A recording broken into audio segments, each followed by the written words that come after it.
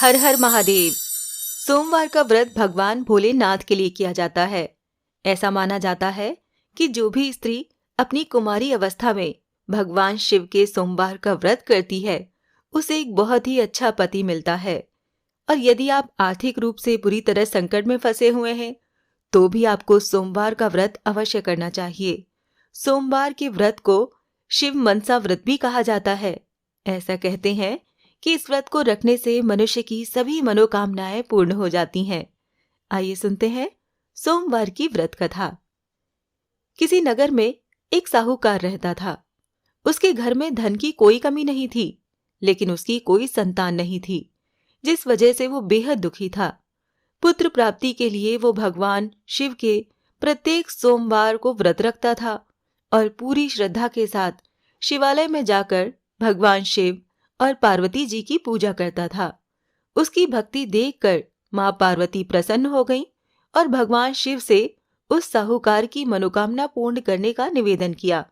पार्वती जी की इच्छा सुनकर भगवान शिव ने कहा, हे पार्वती, इस संसार में हर प्राणी को उसके कर्मों के अनुसार फल मिलता है और जिसके भाग्य में जो हो उसे भोगना ही पड़ता है।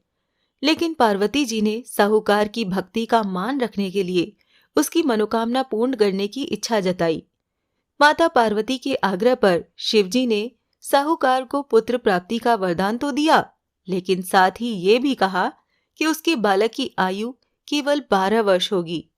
माता पार्वती और भगवान शिव की इस बातचीत को साहूकार सुन रहा था। उसे ना तो इस बात की खुशी थी और ना ही गम। वो पहले की भांति ही शिवजी की पूजा करता रहा। कुछ समय उपरांत साहूकार के घर एक पुत्र का जन्म हुआ। जब वो बालक 11 वर्ष का हुआ तो उसने उसे पढ़ने के लिए काशी भेज दिया। साहूकार ने पुत्र के मामा को बुलाकर उसे बहुत सारा धन दिया और कहा कि तुम इस बालक को काशी विद्या प्राप्ति के लिए ले जाओ और मार्ग में यज्ञ कराओ। जहां भी यज्ञ कराओ वहीं पर ब्राह्मणों को भोजन कराते हुए और दक्षिणा देते हुए जाना। दोनों मामा भांजे इसी तरह यज्ञ कराते और ब्राह्मणों को दान दक्षिणा देते काशी की ओर चल पड़े।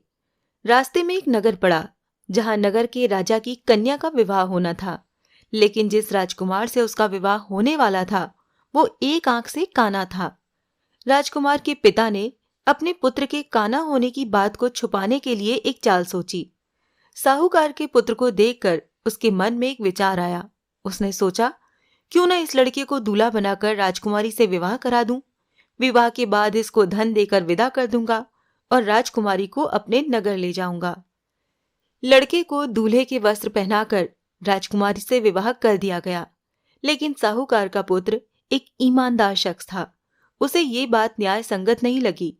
उसने अवसर पाकर राजकुमारी की चुन्नी के पल्ले पर लिखा कि तुम्हारा विवाह मेरे साथ हुआ है, लेकिन जिस राजकुमार के संग तुम्हें भेजा जाएगा वो एक आंख से काना है और मैं काशी पढ़ने जा रहा हूं। जब राजकुमारी ने चुन्नी पर लिखी बातें पढ़ी तो उसने अपने माता पिता को ये बात बताई। राजा ने अपनी पुत्री को विदा नहीं किया, जिससे कि उसकी बारात वापस चली गई। दूसरी ओर साहूकार का लड़का और उसका मामा काशी पहुंचे और वहां जाकर उन्होंने यज्ञ किया। जिस दिन लड़के की आयु 12 वर्ष की हुई, उसी दिन यज्ञ रखा गया। लड़के ने अपने मामा से कहा कि मेरी तबीयत कुछ ठीक नहीं है। मामा ने कहा कि ठीक है, तुम अंदर जाकर सो जाओ। शिवजी के वरदान के अनुसार ही कुछ ही क्षणों में उस बालक के प्राण निकल गए। मृत भांजे को देखकर उसके मामा ने विलाप शुरू कर दिया। संयोगवश उसी समय शिवजी और माता पार्वती उधर से जा रहे थे।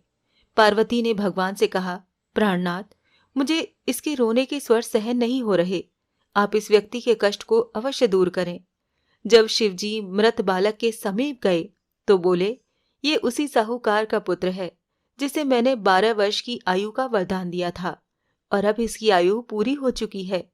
लेकिन मातृ भाव से विभोर माता पार्वती ने कहा, हे महादेव, आप इस बालक को और आयु देने की कृपा करें, अन्यथा इसके वियोग में इसके माता पिता भी तड़प तड़प कर मर जाएंगे।